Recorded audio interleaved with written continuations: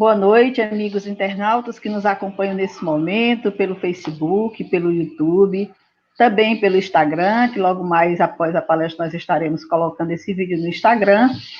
Nós estamos dando início à nossa tarefa, que é a nossa reunião pública que realizamos às quartas-feiras no Centro Espírita Semente Cristã, e que, em virtude desse isolamento que nós estamos vivenciando, as atividades estão sendo realizadas online. E hoje nós temos o nosso amigo, o Fabiano, que vai nos dar essa contribuição, Fabiano de Carvalho Moraes, que aqui no Piauí, enquanto morou em Teresina, participava da no Piauí, hoje está morando em Brasília, por necessidade do trabalho, né? Lá frequenta o Centro Espírita Francisco de Assis e realiza estudos na FEB. E ele vai dar a sua contribuição conosco hoje no nosso trabalho. Mas antes, nós vamos fazer a leitura de uma mensagem para que a gente possa iniciar o nosso trabalho. E a mensagem se intitula Casa Espiritual, do livro Vinha de Luz, de Emmanuel. Diz o seguinte, a mensagem: vós também, como pedras vivas, sois edificados casa espiritual. Cada homem é uma casa espiritual que deve estar, por deliberação e esforço do morador, em contínua modificação para melhor.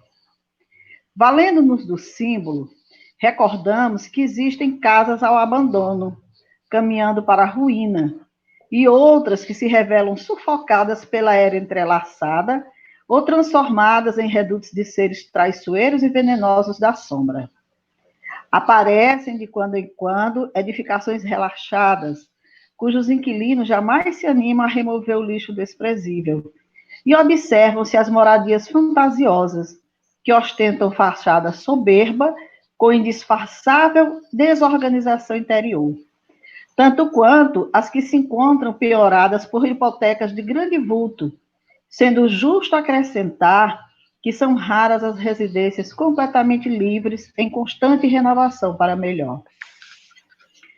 O aprendiz do Evangelho precisa, pois, refletir nas palavras de Simão Pedro, porque a lição de Jesus não deve ser tomada apenas como carícia embaladora, e sim por material de construção e reconstrução da reforma integral da casa íntima. Muitas vezes, é imprescindível que os alicerces de nosso santuário interior sejam abalados e renovados. Cristo não é somente uma figuração filosófica ou religiosa nos altiplanos do pensamento universal. É também o restaurador da casa espiritual dos homens. O cristão sem reforma interna dispõe apenas das plantas do serviço. O discípulo sincero, porém, é o trabalhador devotado que atinge a luz do Senhor, não em benefício de Jesus, mas, sobretudo, em favor de si mesmo. É uma mensagem belíssima para a nossa reflexão, que com certeza, quando o nosso irmão for conversar conosco, vai nos trazer muitas informações a respeito desse texto. Então, nós vamos convidar a todos nesse momento para nos reunirmos em prece, elevarmos o nosso pensamento a Deus, buscando a sintonia necessária, sempre que nos dirigimos ao Criador, para rogar as suas bênçãos, o seu amparo, a sua proteção amiga, o amparo do nosso Mestre amado Jesus para esse momento, e que possamos, Senhor, unidos num só pensamento, através das ondas que se espraiem pelo universo de todos nós, os trabalhadores da Casa Semente Cristã, todos os que estão reunidos nesse momento, participando dessa palestra, que essas energias possam beneficiar o nosso planeta nesse momento, que possa ser a nossa contribuição, embora pequena, de importância, de forma que a espiritualidade possa utilizar em benefício de todos nós. Que nesse momento em que nos reunimos sob as bênçãos de Deus, o amparo do Mestre Jesus e dos Espíritos amigos, possamos ter um momento de reflexão, de aprendizado, pedindo também assistência amiga para o nosso irmão, nosso convidado, e que, se Deus quiser, em nome do Mestre amado Jesus, possamos iniciar o nosso trabalho. Graças a Deus. Bem, amigo Fabiano, seja muito bem-vindo à nossa casa virtual, Centro Espírita Semente Cristã, que tem muito prazer em lhe receber. um amigo querido, que a gente teve a bênção de conhecer aqui no Piauí, e que, graças a essa nossa tecnologia, nos possibilita estarmos próximos agora. Então, eu vou passar a palavra para você, fique à vontade para você iniciar o seu trabalho.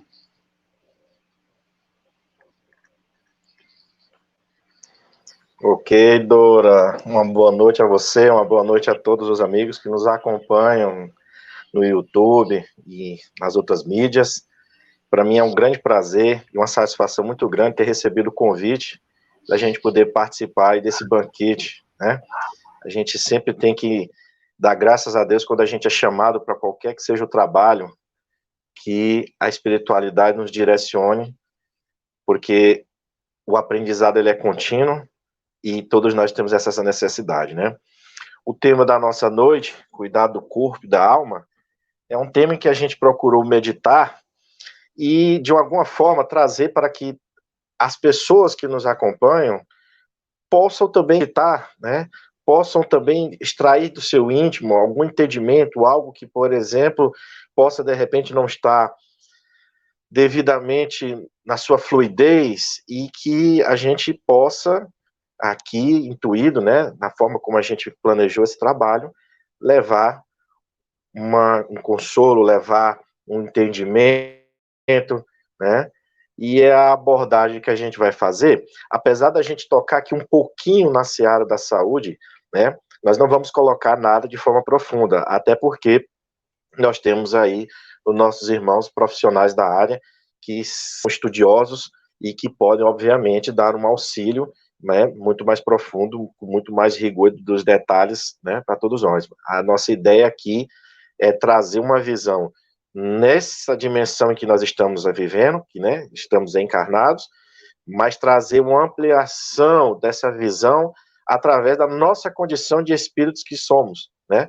Somos espíritos e estamos aqui, né, nessa dimensão fechadinha por enquanto, mas que depois retornaremos para o nosso estado natural, ok? Então, toda vez que a gente vai falar de cuidar, né, cuidar é sempre algo que nos chama a atenção, a gente direciona uma atenção para algo, para alguém, né, para alguma situação, para algum familiar, né, e isso faz com que a gente tome certas atitudes, ou a gente possa não ter determinadas atitudes, mas que a gente entende que vai buscar ali um benefício para quem está, né, envolvido conosco, né. A palavra cuidar, a gente buscou aqui a sua etimologia, né, ela vem do latim cogitare, né, que significa pensar, né, cogitar, né. Então, quando você pensa em cuidar, você está aqui pensando, você está planejando algo, né, no intuito de você fazer um benefício a alguém. E, naturalmente, que nessa questão do cuidar, a gente entra um pouco na questão da saúde. Nos remete, por exemplo, à questão de cura e questão de doença, né? Então, quando você fala, por exemplo, o que é que você entende por cura? Quando já alguém foi curado, alguém está em processo de cura, né? A palavra cura, ela tem aí, na sua etimologia, o sentido de cuidar, no sentido de agir. Então, alguém está agindo para que alguém restabeleça um determinado equilíbrio que a pessoa perdeu momentaneamente. E essa noção de equilíbrio é que nos vai trazer também esse conceito do que seria a doença, né? Doença seria, então, assim, num conceito bem rápido, bem simples, né? A ausência de um determinado equilíbrio. É você perder ali naquele momento uma situação em que você vivia normalmente, em que você respondia normalmente dentro de uma realidade, e você ali perdeu aquele equilíbrio. Então, o que é mais comum nessa perda de equilíbrio, nesse sentido de doença, no sentido bem de perder o equilíbrio? Se a gente imaginar, por exemplo, que a palavra em si significa dor na sua etimologia, imagine que você está caminhando numa calçada e você, por razão, tropeça. Se você tropeça ali naquele tropeço você tem o risco de, por exemplo, machucar um dedo, quebrar um pé, quebrar um tornozelo, uma perna, enfim, a depender do impacto. Então você perde ali o equilíbrio orgânico naquele momento. Você passa a não ter a saúde daquele pé, daquela perna, e a depender da atividade que você faz no seu dia a dia, você vai levar um certo tempo para que se restabeleça né, esse cotidiano normal. Então, a gente observando por esse lado, significa que a gente tem que ter cuidado no nosso dia a dia, né? A gente precisa ter cuidados hoje com a nossa alimentação, o cuidado hoje com o corpo, no sentido de manter ele de um certo nível de atividade, para que o metabolismo, para que todas as células, todo o processo interligado que hoje se conhece nas ciências da saúde, possam ter um funcionamento dito normal. Isso nós estamos falando do nosso ponto de vista, né? A gente sempre está dizendo que se alguém está doente, em desequilíbrio, aquela pessoa está com um problema. É natural que a gente pense assim, mas a gente vai ver mais à frente que muitas vezes o que nós chamamos de problema, na questão espiritual, é uma solução, muitas vezes para aquele caso. E obviamente que a gente precisa meditar mais profundamente, né, quando a gente tem esse tipo de informação que nos é trazida, né? Então, se a gente for observar, existe um certo ciclo, vamos dizer assim, desse processo. Então, você tem a chamada profilaxia, que seria você se prevenir. No exemplo da calçada, seria você ter cuidado no seu andar, onde você anda, quando você atravessa uma rua, para se evitar um acidente. Se você trabalha, por exemplo, na construção civil, e você tem que subir em prédios, fazer limpeza de janelas, por exemplo, em prédios de 30, 40 andares, você fazer o uso do cinto de segurança, todo o equipamento necessário, para que evitar um risco de uma queda, né, ou qualquer outra forma de acidente que venha ali lhe deixar inválido momentaneamente. Então, a gente, por exemplo, tem uma dor de cabeça, procura uma medicação para evitar que aquela dor de cabeça se prolongue, para evitar que a gente tenha perdido um dia, perca ali uma situação que a gente planejou, né? Mas veja, a ciência, a medicina principalmente, e não só a medicina, mas a medicina principalmente tem trabalhado muito hoje nessa questão da prevenção também, né? Trabalhar o hábito, trabalhar a questão da alimentação, trabalhar o uso de certos remédios, no intuito de se evitar determinadas proliferações, né, determinadas doenças que aí vão exigir um tratamento muito mais doloroso muitas vezes, né? E aí quando você tem a questão do sair do equilíbrio, você entra na questão da doença, porque um agente externo, um agente interno, algo em você, na sua constituição genética, por exemplo, disparou ali uma situação e aí veio apresentar um problema cardíaco, um problema no estômago, um problema no pulmão, enfim. E aí você passa a ter o tratamento. Aquele tratamento tem um estudo que vai buscar entender como se aquela doença surgiu, por que ela surgiu, em que circunstância ela surgiu, para se definir uma profilaxia de forma que a sociedade em geral ela seja beneficiada, né? Então a gente passa por esse processo de prevenção, tem o problema do desequilíbrio, gera dor, gera doença, passa pelo processo de cura, de cuidar, de ter atenção, e se restabelece uma nova rotina para se tentar evitar esses maiores problemas, né? Então, isso a gente vê também no campo da fisioterapia, quando a gente vê, por exemplo, os grandes atletas que sofrem alguma lesão durante o esporte em que eles praticam, e aí já existem formas, técnicas, por exemplo, de fazer com que aquela musculatura, com que a questão de ligamentos, de nervos, se restabeleça de uma forma mais rápida e aquela pessoa possa retornar, né? Então entra nesse ciclo também. A gente pode falar aqui também da questão psíquica, né? O indivíduo é depressivo, o indivíduo tem um transtorno bipolar, a pessoa sofre de um transtorno de ansiedade, e aí você tem a psiquiatria, a psicologia trabalhando nesse mesmo processo, buscando terapias, o uso de medicações, o estudo daquele comportamento, tentando transmitir através, principalmente livros, e hoje principalmente através das palestras, né, estudos que dizem que certo comportamento é devido a hoje ainda se vê muita questão física, né, o cérebro como sendo a fonte de tudo, e para nós os espíritas e para grande parte das religiões a gente sabe que o cérebro, no caso, ele funciona como uma consequência, ele recebe a informação do espírito, né? Obviamente que no mundo em que nós vivemos, nas situações em que a gente está vivendo, a gente tem um fator externo, né? Mas ainda há esse condicionamento de ver o cérebro como se fosse a fonte de tudo, né? E naturalmente que a gente vai chegando aos poucos, a gente já tem os grandes médicos trabalhando, grandes cientistas, né? Que estão já vindo nesse campo da espiritualidade, não deixando de maneira nenhuma a ciência, não deixando de manter os estudos da nossa estrutura orgânica, desse corpo que é uma forma de energia, né, que a gente está aqui conectado com o perispírito, mas traduzindo já isso para algo que eles veem que chega num ponto em que não está para explicar mais somente pela essa via orgânica, tem algo mais, e esse algo mais é a questão do espírito, e que aí a gente sabe que terá o seu momento auge, né? O mundo está indo, segundo nos foi revelado pela espiritualidade, está lá no livro dos Espíritos, nós estamos indo para um mundo de regeneração, né?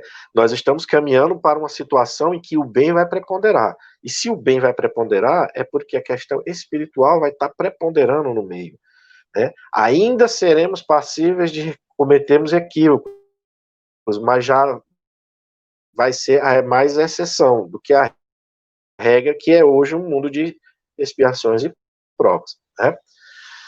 Então, como é então que a gente coloca esse cuidado do corpo que a gente precisa ter, que a gente abordou agora? Ter essa necessidade desse cuidado, saber que eu preciso dele, saber que eu preciso dar a ele a devida atenção. Mas quando eu não levo em consideração a questão espiritual, que esse corpo tem seu prazo de validade, vamos colocar assim, e que eu voltarei à vida espiritual, né? Se eu não consigo começar a levar essa questão, eu começo a fixar a minha mente aqui, nesta realidade aqui. E aí, aqui é o meio, aqui é o local onde a gente passa as provas, é o local onde a gente expia, né, aquele passado que é delituoso, aqueles agravos que a gente causou à lei divina quando a gente prejudicou alguém, deixou de dar um auxílio a alguém, uma oportunidade que poderia fazer com que aquelas pessoas ou aquela pessoa agisse um outro nível de vida, né? E então eu começo a olhar essa vida aqui, e aí eu passo a dar atenção demais ao corpo. E o que era para ser um mecanismo de um instrumento, eu passo a cultuá-lo como se ele fosse um deus. E aí começa a se ter os exageros. Por exemplo, a busca de uma forma física que se diz a ideal, tanto homens quanto mulheres entrando nesse viés. Claro que ali, muitas vezes, tem um corpo saudável, mas a gente também sabe que muitas pessoas, nessa intenção, acabam fazendo uso de substâncias que, posteriormente, têm um efeito muito, muito nocivo naquele corpo.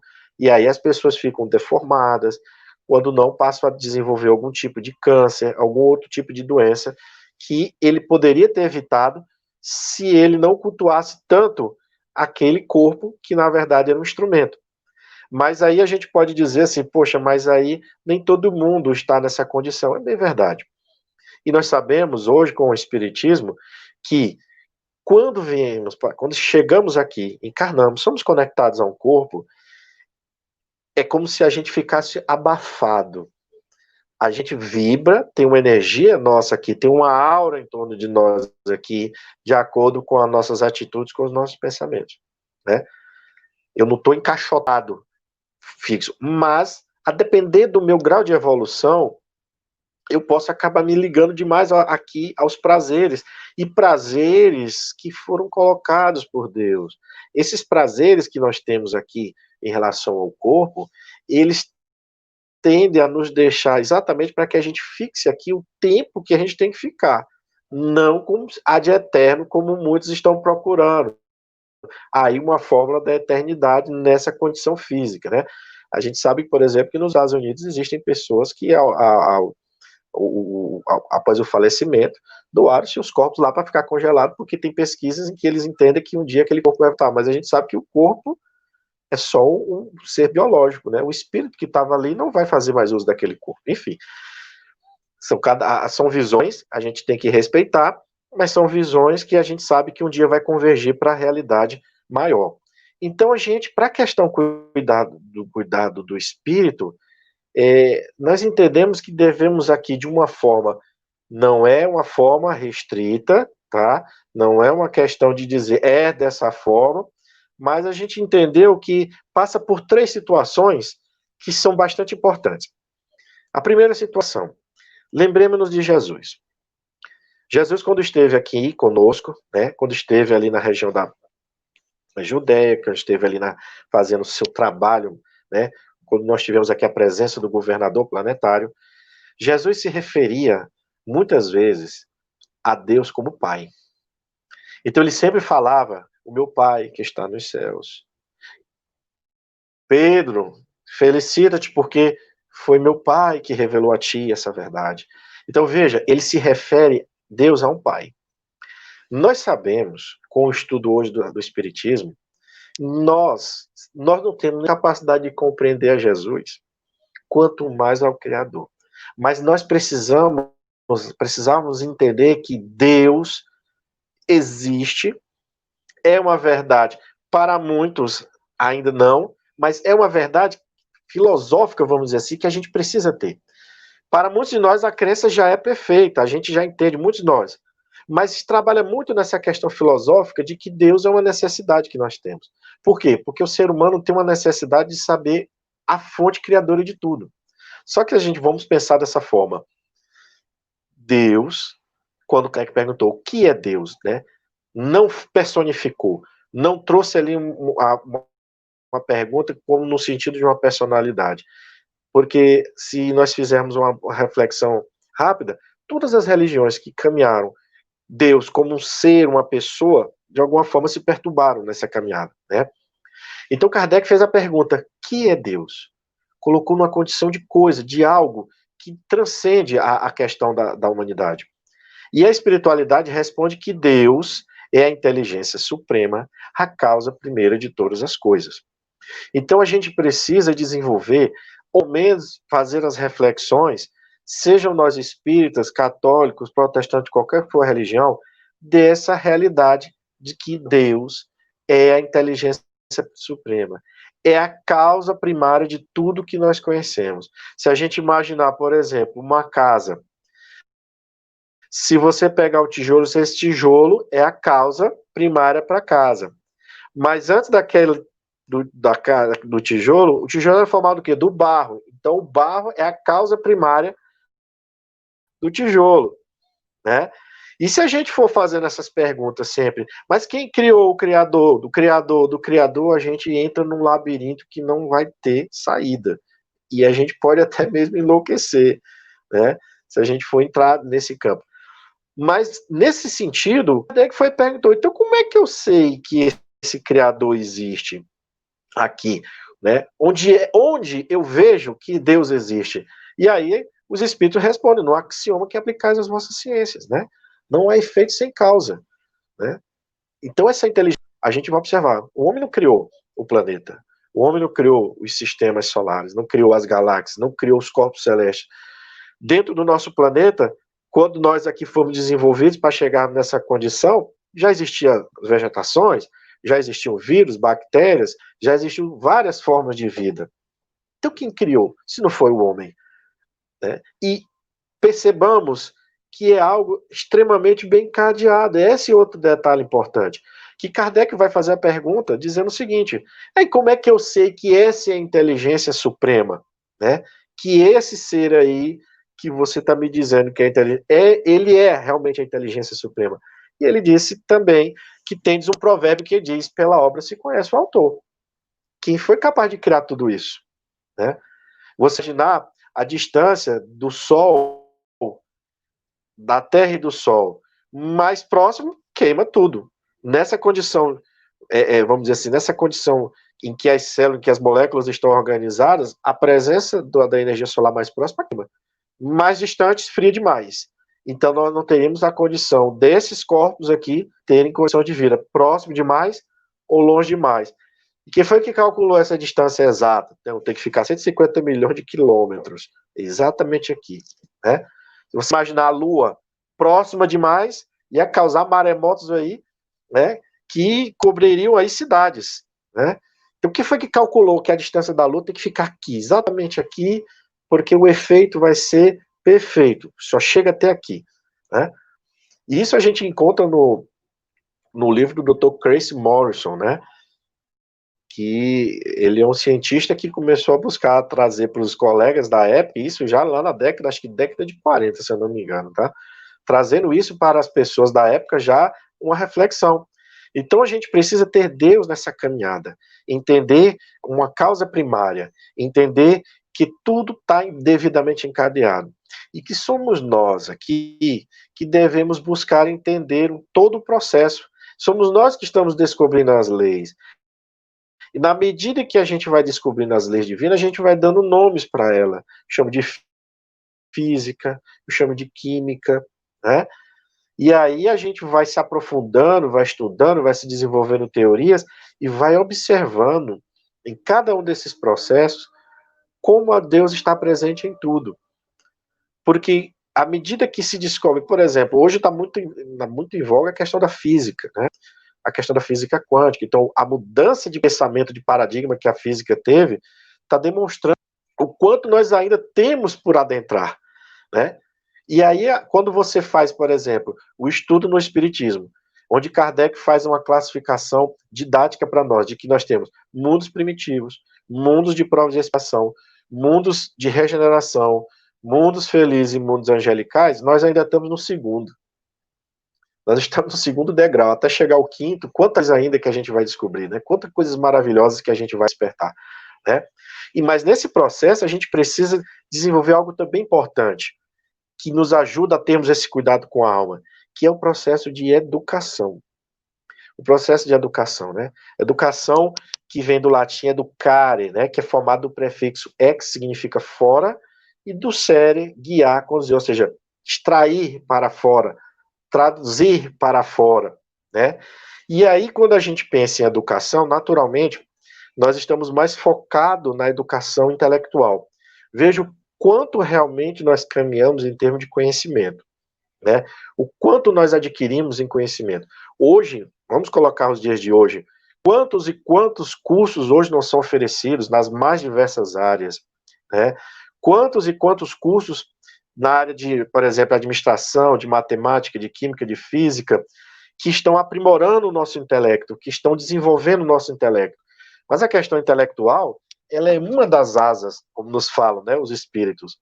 Nós temos duas. Então, Allan Kardec, no estudo da parte da questão da perfeição moral, que ele desenvolve nesse capítulo, ele nos vai dizer que nós devemos focar na educação moral. Olha só, não é a educação intelectual ser deixada de lado, não. Mas tem que ter um enfoque na educação moral. Por que isso? Olha só. Quantas guerras já tivemos no nosso mundo, né? Desde lá das cruzadas, vamos pegar algo mais recente, né? Pegue das cruzadas, em que se justificava através das palavras de Jesus que se deveria invadir Jerusalém, tomar Jerusalém, e aquilo gerou um conflito com a população local, e aí nós temos aí os efeitos até hoje, né? E muitas outras situações. Então, quantas guerras nós criamos, quantos mecanismos bélicos vinham sendo desenvolvidos. Hoje, por exemplo, quando você assiste um filme, um documentário lá da Primeira Guerra Mundial ou da Segunda Guerra Mundial, e você vê, por exemplo, as estratégias na época para se doar a algum país, traga isso para a tecnologia.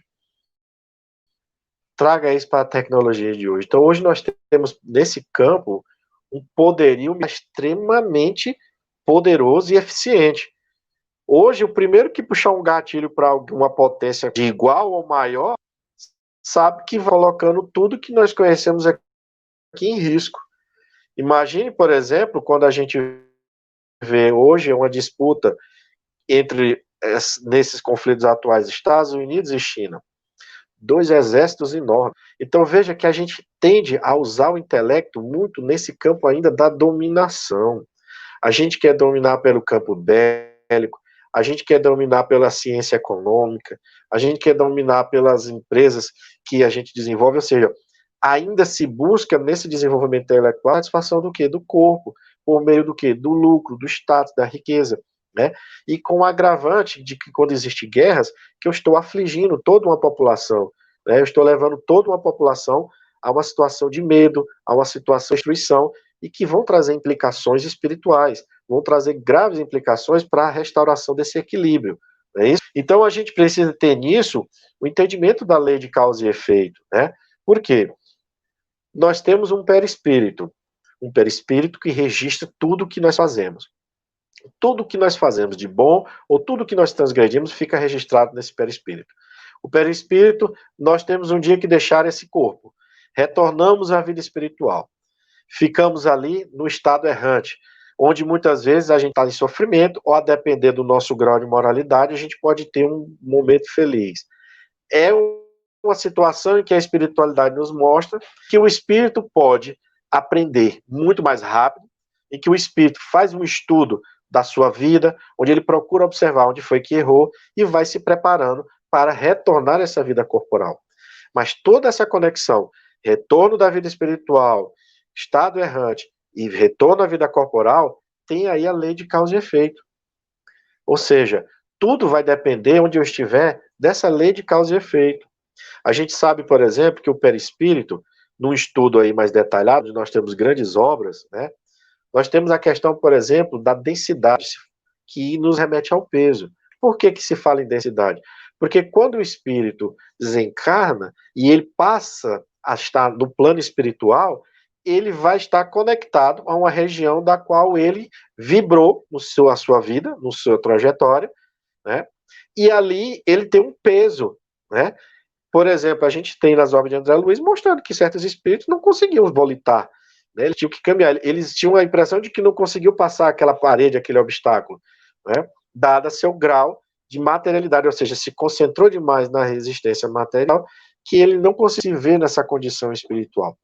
Então, o perispírito traz outras propriedades, como a plasticidade, a elasticidade, e aí a gente entende por que existem os processos, muitas vezes, de licantropia, zoantropia, por que o espírito, às vezes, aparece com uma situação deformada, por que o espírito, muitas vezes, se ele desencarnou, por exemplo, e ele não tinha um determinado membro, ele fica, mas quando ele chega, por exemplo, no plano espiritual, ele está com o braço, está com a mão. Então, tudo isso são propriedades do perispírito. E esse perispírito, ele está vibrando conforme os nossos pensamentos, conforme o sentimento que a gente está traduzindo ali no nosso dia a dia, né? Então a gente precisa desenvolver essa educação moral, a gente precisa desenvolver uma formação do caráter, um caráter de bondade, um caráter de mansuetude, porque Jesus nos trouxe as bem-aventuranças, né? Bem-aventurados os pobres de espírito, nos chamando para a humildade, bem-aventurados os mansos, porque herdarão a terra, nos convidando a sermos pacificadores, e para sermos pacificadores, a gente precisa ser pacificado, a gente entender que a violência, em qualquer grau em que ela aconteça, na verdade, não é um ato de coragem.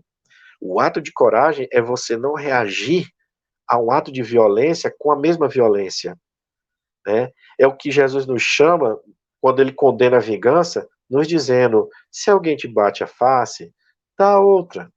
Se alguém te pega a capa, dá também a túnica. Se alguém te faz caminhar 1000 passos, faz 2000, no sentido sempre da gente dar algo de melhor. Porque nessa transição em que a gente está fazendo no mundo, eu estou emitindo energia. Há um magnetismo que a gente troca entre nós. E se o meu magnetismo é de amor, é de caridade, a minha energia vai adentrar naquela criatura que, mesmo que esteja naquele processo de violência, mesmo que ele não aceite a atitude, mas ele vai receber aquela energia. E, de alguma forma, vai atenuar a sua situação. E quem sabe, não fomos nós, desculpe, o instrumento de acabar com aquela situação, de levar a criatura a uma reflexão. Até porque nós sabemos que, pela lei de causa e efeito, ninguém se encontra, ninguém está na família, país, planeta à toa.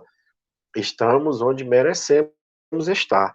Passamos pelo que precisamos passar, porque precisamos darmos essa educação moral. A educação intelectual está bem avançada. Nós somos espíritos que sabe-se lá, num cálculo que nós temos hoje, quantos milhões de anos. Então, quanto de conhecimento a gente já não traz? Né? Quanto de entendimento a gente já não traz? Agora está na hora da gente começar a desenvolver essa educação moral. E veja que a própria situação em que a gente vive hoje é um convite que nós vamos dizer assim, que não dá para negar. Não dá para você sair mais na rua de qualquer forma. Você precisa passar um tempo na sua casa com aquelas pessoas, perdão, gente, com aquelas pessoas que muitas vezes você não gosta, que você diz que são pessoas chatas. Ah, eu gosto da minha mãe. Ah, minha mãe não gosta de mim. Relações do passado que precisa hoje nessa condição de mãe, de filho, de irmão, de primo, porque a verdade entendeu que essa era a melhor forma de se relacionar e para começar e, se possível, na intenção, transformar, né, devolver a energia um do outro, aquela energia de vingança, de raiva que ficou no passado, transmutando em amor. Então, Kardec nos fala que, bem entendida, a educação constitui a chave do progresso moral. E quando se fala em progresso moral, a gente vai entrar no aspecto, no outro item que é importante. Porque quando eu falo em progresso moral, eu estou precisando desenvolver as virtudes. Virtudes que vêm de virtus, né? Que significa, olha só, falando de educação moral, virtude significa força moral, valor, hombridade. Uma encarnação a gente não consegue desenvolver várias virtudes, né? Se a gente pudesse eleger exatamente nesse momento, na sua visão, na visão de cada um, no coração de cada um, qual a virtude que você gostaria de desenvolver? Se você arrisca a virtude, pense, o que eu estou fazendo para essa virtude se desenvolver? Agora, nós precisamos entender também que para desenvolver uma virtude, existem situações em que nós devemos fazer, parece óbvio, mas muitas vezes a gente não quer fazer. Existem situações que eu devo fazer para desenvolver. E que depois que eu consigo superar essa etapa obrigatória, eu posso vir a ter a possibilidade da escolha de outras atitudes. Mas eu consegui desenvolver aquela virtude porque eu passei por aquela etapa obrigatória, né? Se eu quero ter, vamos falar da mais famosa delas, né? Paciência. Eu quero ter paciência. Como é que eu desenvolvo a paciência? Não vai ser dentro do meu quarto assistindo televisão, né? Sem conviver com as outras pessoas, sem me interagir com outras pessoas. E quando a gente fala de outras pessoas, já falando das pessoas da própria família. Se eu me entender, se eu começar a perceber por que fulano age dessa forma? Por que quando eu digo algo sobre certos assuntos, aquele fulano, cicrano não gosta, né? Eu preciso começar a me relacionar e a fazer um esforço para entender o outro, onde é a questão da indulgência, outra virtude. Então eu preciso fazer etapas obrigatórias e que a gente negligencia, porque a gente muitas vezes quer fazer do nosso jeito. E nem sempre é do nosso jeito. Já pensou, fosse tudo do nosso jeito? A espiritualidade diz, se Deus deixasse tudo à vontade de vocês, aí estava tudo desorganizado.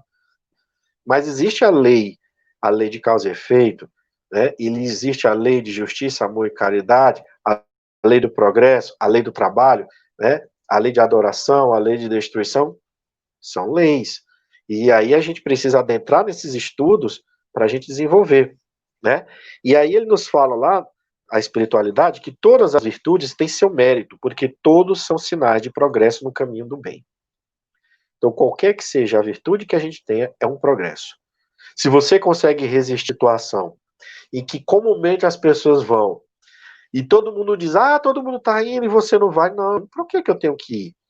Se eu não me sinto bem com aquilo, se eu vejo que aquilo traz prejuízos, se é um prazer que, na verdade, vai me trazer graves dores mais à frente, por que eu tenho que fazer só porque todo mundo faz? Então, se eu começo já a evitar certas situações que eu sei que vão prejudicar não somente a mim, mas vão prejudicar outras pessoas, já é um progresso, já é uma virtude que nós estamos desenvolvendo. Já saber olhar para o próximo, já saber dizer não. Jesus nos fala uma frase muito interessante, um ensinamento muito interessante, que é muito comum ainda a gente ver pessoas fazendo promessas, né? Faço promessa, olha, se o senhor me der, faço isso, né? Tem até uma brincadeira no meu espírito que as pessoas dizem que até os espíritos, quando fazem isso, eles prometem que vão ser mais espírita do que Kardec, né? Então, veja só, a gente precisa entender que Jesus deu um ensinamento da seguinte forma: se vós não sabeis nem quantos cabelos existem na sua cabeça, como vós quereis fazer promessas, né? Então, a gente tem que saber fazer os pedidos com consciência, com planejamento, fazendo a cogitação. Lembra que o cuidar tem a ver com o pensar, com o refletir, com o planejar? Então a gente precisa olhar para o nosso dia a dia, para a nossa vida, para saber o que é que eu estou pedindo. É natural pedir. A gente sabe que a prece tem o pedir, o agradecer, o adorar.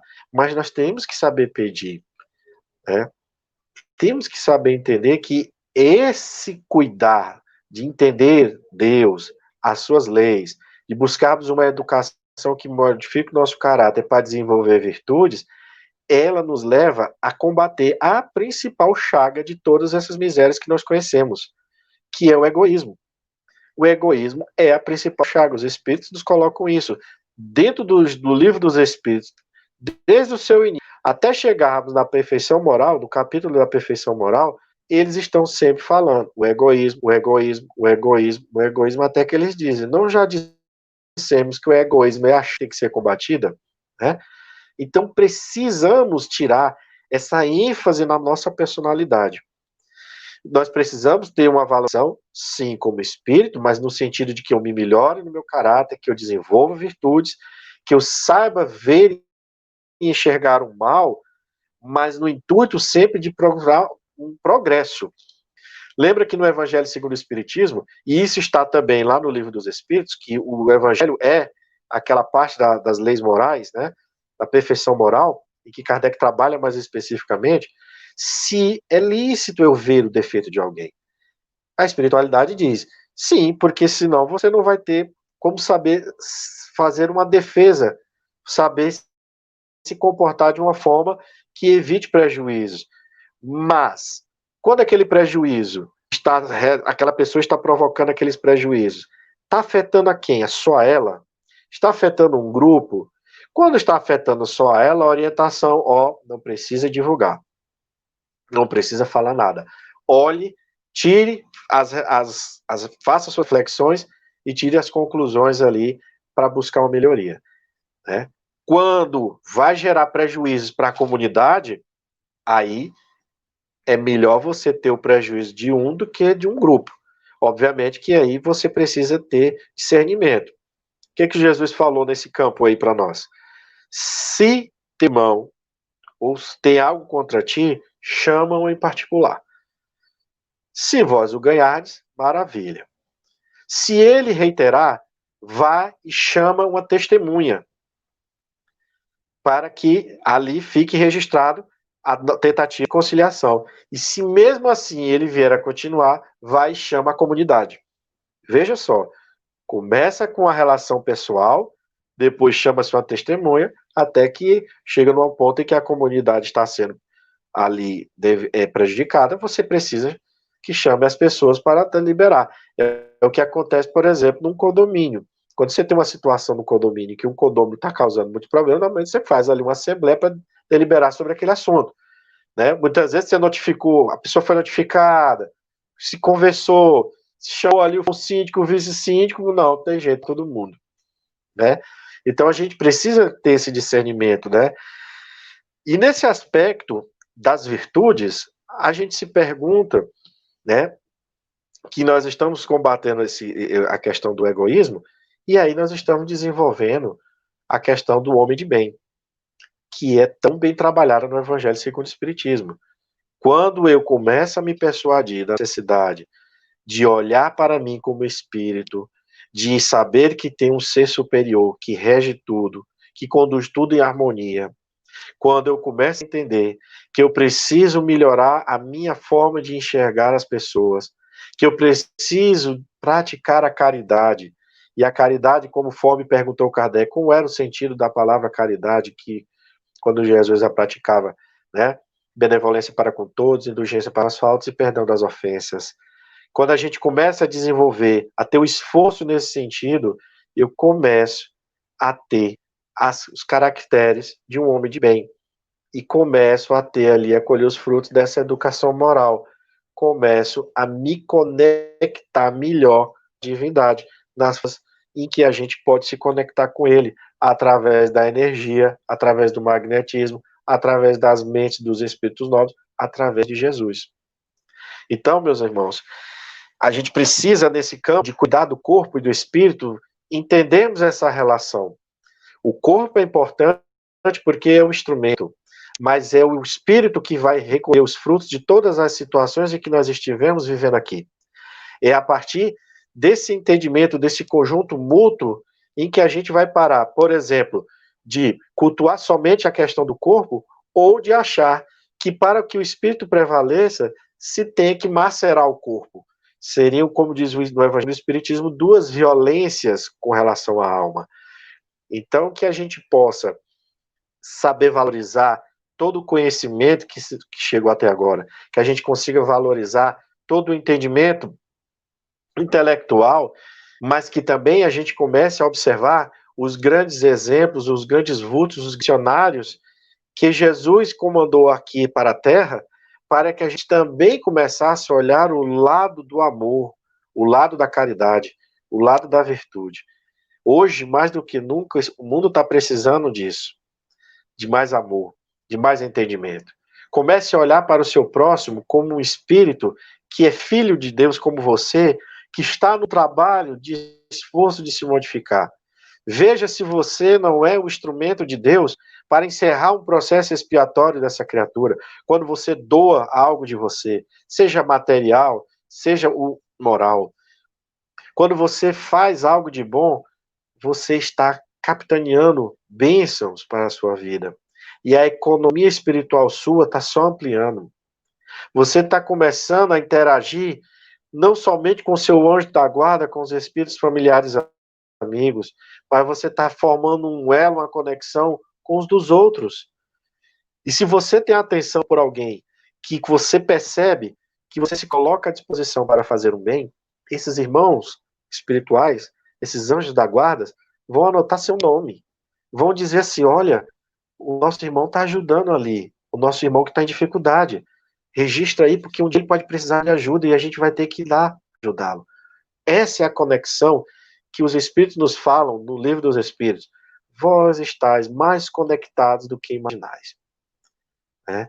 Então, precisamos fazer esse elo, essa corrente, e eu gostaria de pedir a permissão aqui de vocês, diante dessa situação de pandemia que está tão em voga, mas que a gente não esqueça que a questão de pandemia, ela é um processo.